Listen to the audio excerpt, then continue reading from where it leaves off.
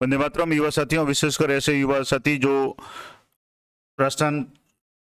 Contractual hiring to civil post rules 2022 के तहत यानी संविदा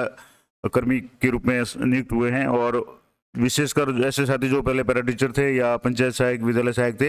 वो पंचायत शिक्षक के रूप में या अन्य जो भी नए नाम दिए गए उनमें अगर नियुक्त हुए हैं तो उनके प्राण नंबर और एनपीएस के संबंध में काफ़ी कन्फ्यूजन था। जब इनकी पहली सैलरी बनाई गई तब भी कन्फ्यूजन था कि इनकी कटौती, एनपीएस की कटौती की जानी है या ये किस पेंशन योजना में होंगे, नई में होंगे, पुरानी में होंगे। तो इस संबंध में वित्त विभाग की तरफ से एक महत्वपूर्ण आदेश जारी हुआ है। जैसे कि आप यहाँ देख पा रहे हैं 14/8/2023 यानी 14 अगस्त को ये आदेश जारी हुआ है, लेकिन ये कल ही मीडिया में या चर्चा में आया है। और ये आप देख रहे हैं जिसके क्रमांक मैं आपको बता दूं, क्रमांक P61 वित्त बीमा 2022, और ये अतिरिक्त निदेशक पीएफ राज्य बीमा और प्रावधान विभाग निगरानी की तरफ से है और वित्त विभाग का नोटिफिकेशन है। और इसमें जो विषय है वो है कि नवनियुक्त संविदा कार्मिकों, यानी जिसमें जो भी कॉन्ट्रेक्चुअल हायरिंग रूल्स है, सिविल रूल्स, उसके अनुसार जो भी एडॉप्ट हुए हैं, जिनमें अभी जैसे महात्मा गांधी विद्यालयों में भी जो भर्ती हुई है वो भी इसमें शामिल है। तो इन सभी के लिए प्राण नंबर और एनपीएस की कटौती जो नेशनल पेंशन स्कीम है या न्यू पेंशन स्कीम, उसमें के संबंध में क्या निर्देश है, तो जिसका संदर्भ भी है कि इसका जो पत्र जो अतिरिक्त निदेशक पीएफ यानी राज्य बीमा ने वित्त विभाग की तरफ से या वित्त विभाग को एक लेटर लिखा था जिसमें इसके संबंध में सलाह मांगी थी कि इनकी कटौती किस तरीके से की जाए। तो इसके जो भी पत्र था अतिरिक्त जो राज्य बीमा प्रावधान निधि विभाग का, जो भी पत्र क्रमांक एनपीएस कॉन्ट्रेक्चुअल हायरिंग 2023-24, 14/28 और ये 27/7/2023 का जो पत्र था, इस पत्र के क्रम में वित्त विभाग द्वारा स्पष्टीकरण जारी किया गया है। क्या क्या स्पष्टीकरण है, किन किन बातों को आपको ध्यान रखना है, क्या प्रोसेस होगा, मैं आपको बताने का पूरा प्रयास करूंगा। तो इसमें लिखा हुआ है कि उपयुक्त विषय और संदर्भित पत्र के क्रम में लेख है कि नवनियुक्त संविदा कार्मिकों के, यानी जो ऐसे कार्मिक है जो संविदा के तहत यानी जो Rajasthan contractual hiring to civil post rules है 2022 उसके तहत नियुक्त हुए हैं, उनके प्राण नंबर और एनपीएस कटौती के संबंध में वित्त विभाग द्वारा ग्रामीण विकास विभाग की ई पत्रावली पर पत्रावली संख्या प1 वित्त नियम 2021 पार्ट 3 पर यह स्पष्टीकरण किया गया है कि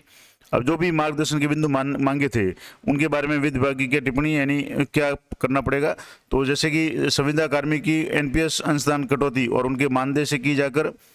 किस प्रकार की जानी है, चालान से अथवा अन्य किसी माध्यम से। यानी पहला प्रश्न तो ये था कि एनपीएस जो भी कार्मिक है या जो भी संविदा कार्मिक है उनकी एनपीएस की कटौती की जानी है या नहीं की जानी। इसके अलावा उनकी कटौती उनके मानदेय से, जो पर मंथ एक मानदेय यानी वेतन मानदेय जिसको कहा गया, उससे की जानी है या किसी अन्य प्रकार के चालान के माध्यम से, या किस तरीके से करनी है, उसका क्या सिस्टम रहेगा।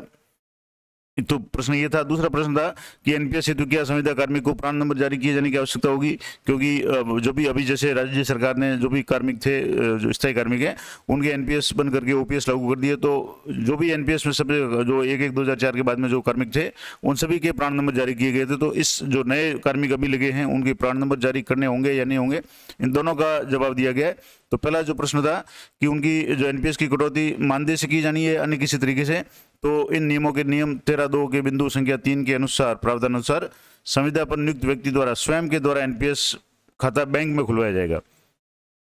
यानी जो भी कार्मिक है संविदा के तहत नियुक्त हुए वो अपना खुद का खाता, एनपीएस खाता है, वो बैंक में खुलवाएंगे। यानी इसके लिए डीडीओ लेवल पे या अन्य कोई करने की आवश्यकता नहीं होगी, खुद अपना जो खाता है वो एनपीएस खाता है वो बैंक में खुलवाएगा। अगले मेरे वीडियो में पूरा प्रयास करूंगा कि किसी जो भी कार्मिक इसमें लगे हुए उनका किसी एक कार्मिक का एनपीएस का खाता बैंक में खुलवा करके आपको लाइव प्रोसेस बता दूंगा। और इसमें एनपीएस में स्वयं तथा राज्य सरकार का अंशदान जमा कराया जाएगा, यानी खुद का अंशदान और राज्य सरकार का अंशदान जमा कराया जाएगा। अब कितना जमा कराया जाएगा, तो इसमें लिखा हुआ है कि कर्मचारी द्वारा एनपीएस खाते में जमा की गई राशि की 50% राशि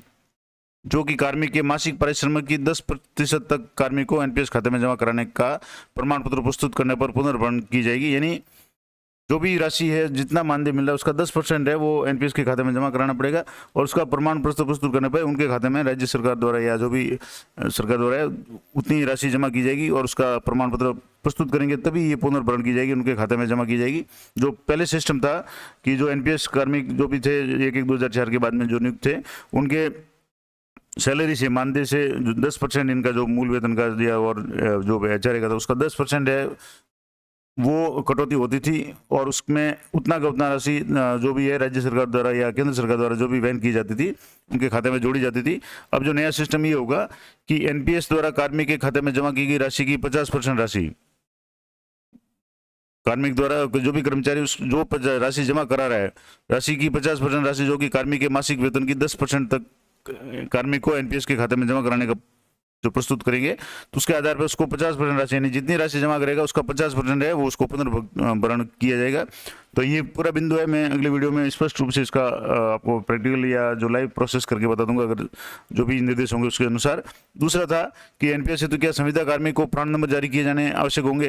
तो उपरोक्त अनुसार यानी संविदा कार्मिकों द्वारा बैंक में एनपीएस खाता स्वयं खुलवाया जाएगा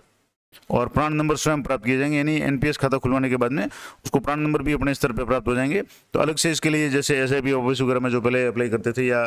एनएसडीएल की जो साइट वगैरह पे अप्लाई करते थे वो कार्रवाई अब करने की आवश्यकता नहीं होगी। यानी दो महत्वपूर्ण बातें हैं कि कर्मचारी को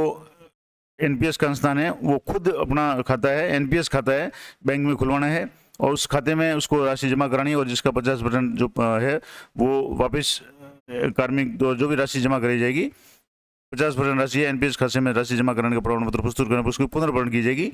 राज्य सरकार द्वारा स्थान जमा कराया जाएगा।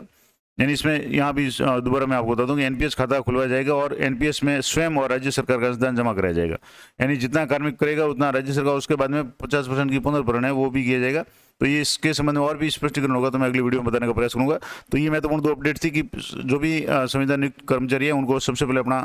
एनपीएस का खाता बैंक में खुलवाना है और उसके बाद में एनपीएस खाता खुलवाने के बाद में उनको प्राण नंबर भी अपना प्राप्त हो जाएंगे और अपने 10% जो भी सैलरी का जो भी है मानदेय का है वो आपको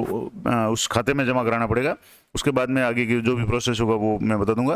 अतः कृपया इस प्रकार के प्रकरणों का उपयुक्त अनुसार सही कार्रवाई जो भी की जाए वो, ये तो वित्त विभाग का आदेश था। अब इसके संबंध में बहुत ही जल्दी जो राज्य बीमा और प्रावधान निधि का भी एक आदेश आ जाएगा जिसमें स्पष्ट रूप से इसमें पूरा क्लियर हो जाएगा आपके कि किस तरीके से आपको खाता खुलवाना है, किस तरीके से 10% कितना होगा और उसका 50% राशि जो भी पुनर्भरण होगी उसका क्या प्रोसेस होगा, वो सारा डिटेल्स अगर यथासंभव मुझे लगता है बहुत जल्दी इसका जो नोटिफिकेशन है वो राज्य बीमा और प्रावधान विभाग निधि की तरफ से आ जाएगा, तो वो भी मैं अगले वीडियो में बताने का प्रयास करूँगा। तो ये इंपॉर्टेंट जानकारी थी कि इनकी जो भी संविदा नियुक्त कार्मिक है उनके एनपीएस की कटौती है बहुत जल्दी शुरू हो जाएगी। और इस संबंध में ये वित्त विभाग का जो है एक तरह से वित्त विभाग के क्लियरेंस है, स्पष्टीकरण है और इसके संबंध में राज्य बीमा प्रावधान निधि की तरफ से बहुत जल्दी जो भी है डिटेल में आदेश आ जाएगा, मैं उसको भी आपको लाइव बताने का प्रयास करूंगा। तो चैनल पर बने रहें और जो भी अपडेट है उसको प्राप्त करने के लिए आप चैनल को सब्सक्राइब कर लें ताकि जब भी कोई नया वीडियो अपलोड हो आपको तुरंत नोटिफिकेशन मिल जाए। और अगर वीडियो अच्छा और उपयोगी लगे तो कमेंट जरूर करें, लाइक जरूर करें और अपने जो भी साथी हैं उनको शेयर करें। मिलते हैं नेक्स्ट वीडियो में, तब तक जय हिंद जय भारत।